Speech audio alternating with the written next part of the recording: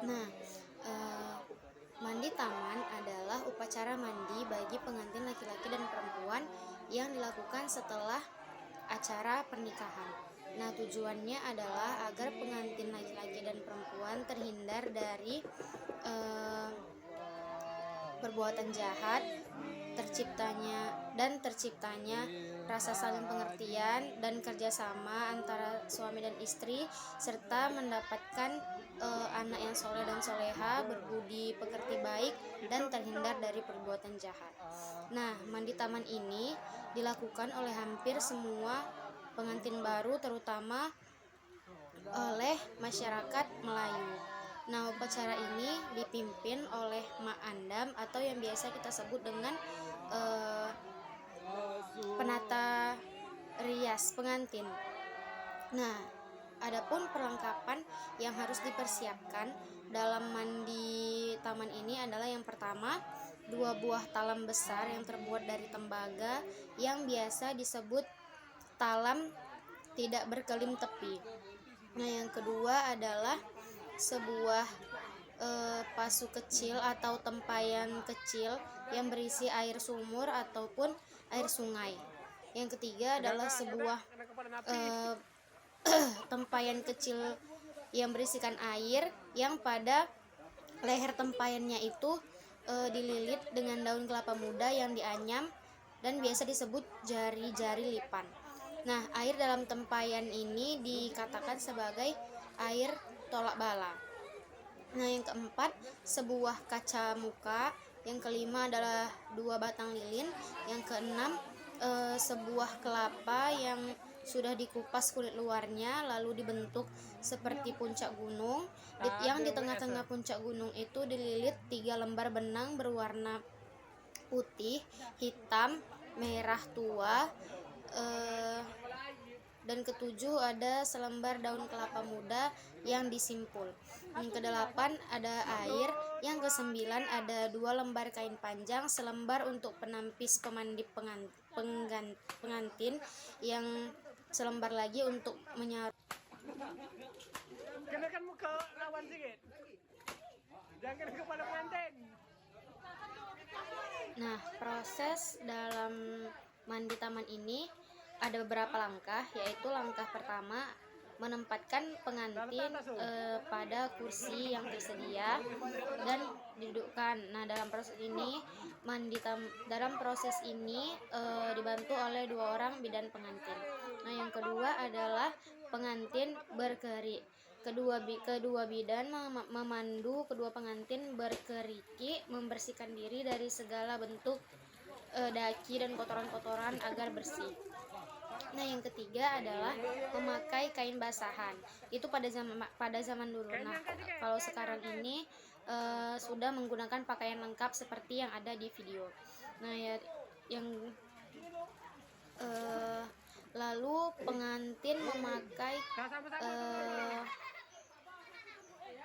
lalu kedua bidan menutup keliling panca persada oleh kain agar tidak terlihat oleh orang.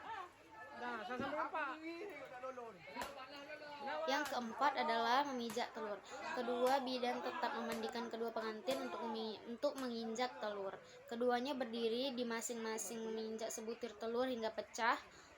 Tepung tawar yang ada merupakan saksi. Nah, yang kelima adalah memasang lilin. Kedua pengantin secara serentak memasang lilin, kemudian bidan membawa lilin mengelilingi pengantin 7 kali dan kemudian berebut pula untuk mengembuskan lilin.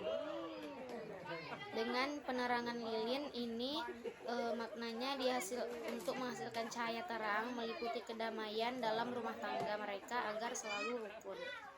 Nah, yang keenam adalah melilit benang. Oleh bidan, benang diukur setinggi badan masing-masing pengantin. Untuk laki-laki 4 helai setinggi badan dan untuk perempuan 3 helai setinggi badan. 7 helai benang ini akan dijadikan satu lalu dililitkan ke tubuh sepasang pengantin menjadi satu dan diikat. Nah, hal ini bermakna agar jodohnya tetap hingga ke anak cucu. Nah, langkah yang ketujuh adalah mencucurkan air melalui mayang.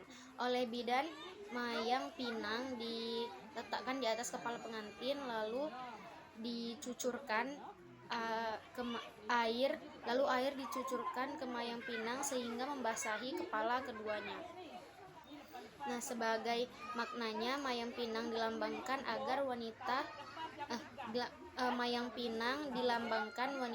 agar rezeki yang dicari suami mencucur deras bagaikan air.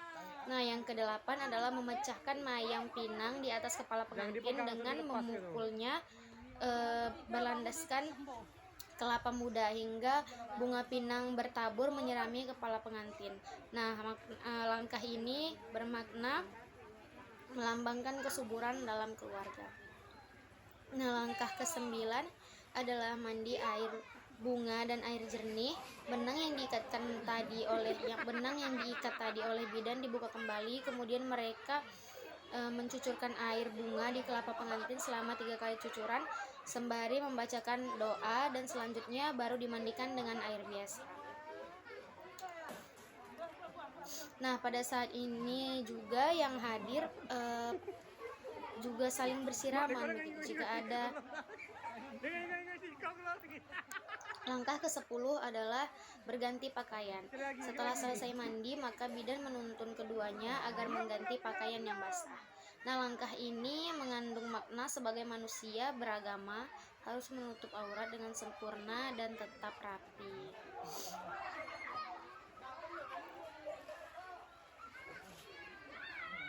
Adapun pandangan hukum Islam terhadap mandi taman tersebut boleh dilakukan karena merupakan suatu adat istiadat atau tradisi dalam suatu pernikahan, sebab tidak bertentangan dengan hukum Islam. Tetapi cara pelaksanaannya yang membuat mandi taman tersebut tidak layak dilakukan, karena mandi taman tersebut dilakukan di depan halaman rumah pengantin perempuan, sehingga banyak orang yang menonton, sehingga banyak orang yang melihat.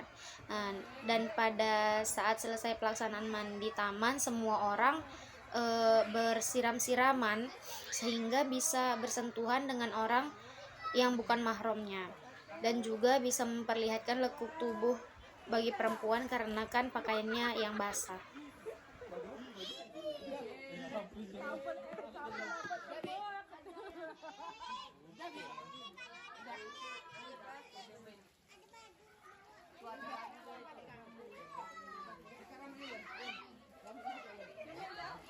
Kevin belum.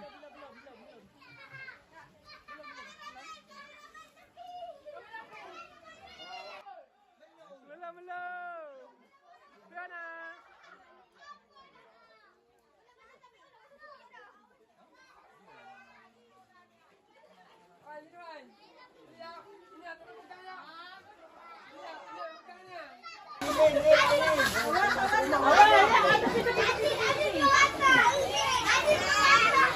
Dinding masih gagal.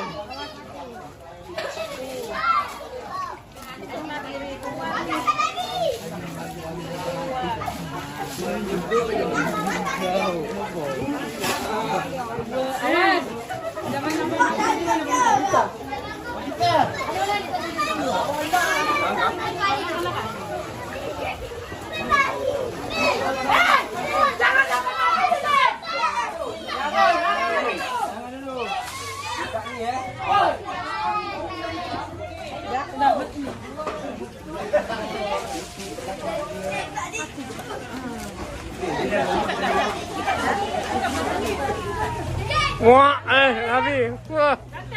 Dah ganteng. Dah Nawara. Berkaca macam ni berkaca.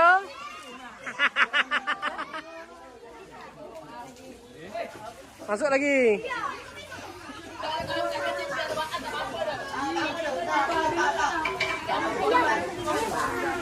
Jangan kamu shake kena ni nak ya.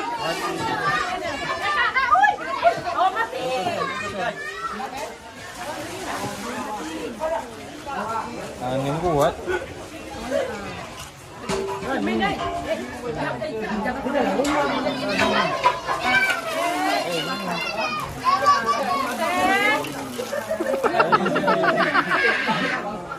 Awas kena lilin, jangan kena lilin.